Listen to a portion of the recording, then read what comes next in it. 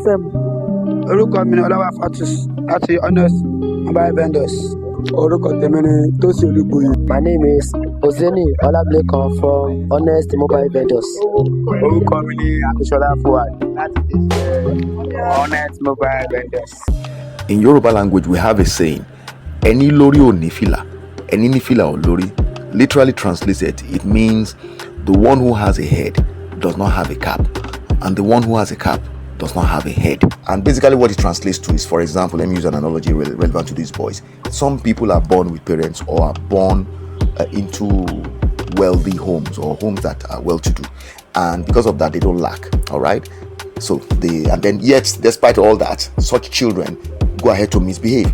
Meanwhile, there are some children who are actually born as orphans or on the streets or to people that don't have, and they look at the one that are given everything by the parents that have, and they wish they could have only a tenth of that, and they would know they would do so much more with it. So some who have a kind of acting entitled and misbehaving, while those who don't have are looking for someone to give them just a little bit of what the other people are misbehaving over.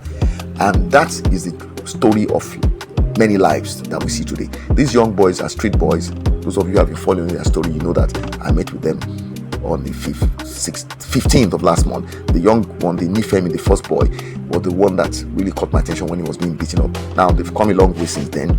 I'm glad to say, as you've seen from one of the videos, Isiak has been proven to be a very, very competent barber. So we know that that one is taken care of. He has skills that are money making, that are ready to use.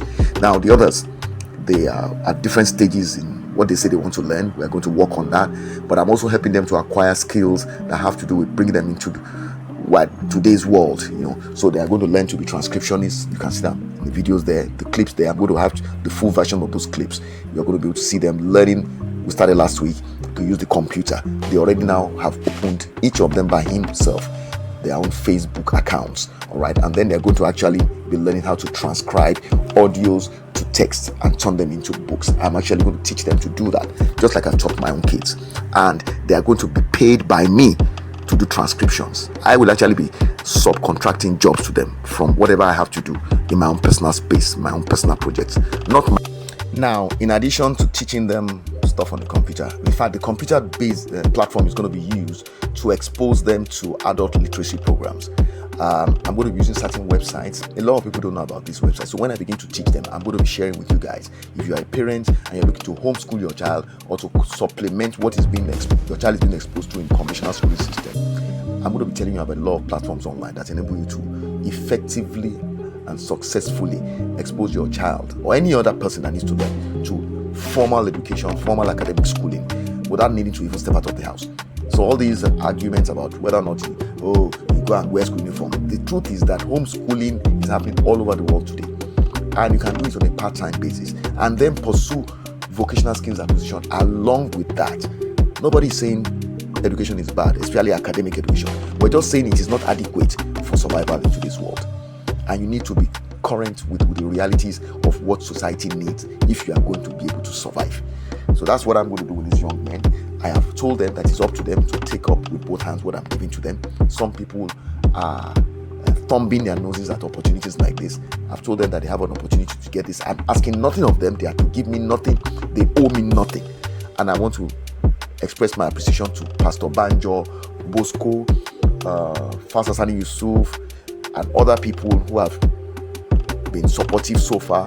Pastor Banjo was so instrumental in providing us space in the church where we were able to use their generator. We bought the petrol, but we had access to that beautiful, quiet, convenient space to train the boys, and we're going to be doing more of that. Bosco has also given them access to a place they can wash clothes and all that.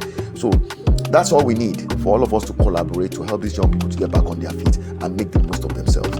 Now, I want them to tell their stories. How did they get onto the streets? What happened? I think it can be instructive for parents to understand that the way we speak to our children, what we say to them exactly, how we treat them when they do wrong. Because teenagers will always be teenagers. They will revolt and all that. Those are the rebellious years. But how we handle them matters. Okay? And then what they've experienced on the streets, how people have treated them. I'll be interviewing each one of these young men as we go along, and they'll be telling their story, in addition to other things that we'll be sharing with you as they develop. Okay.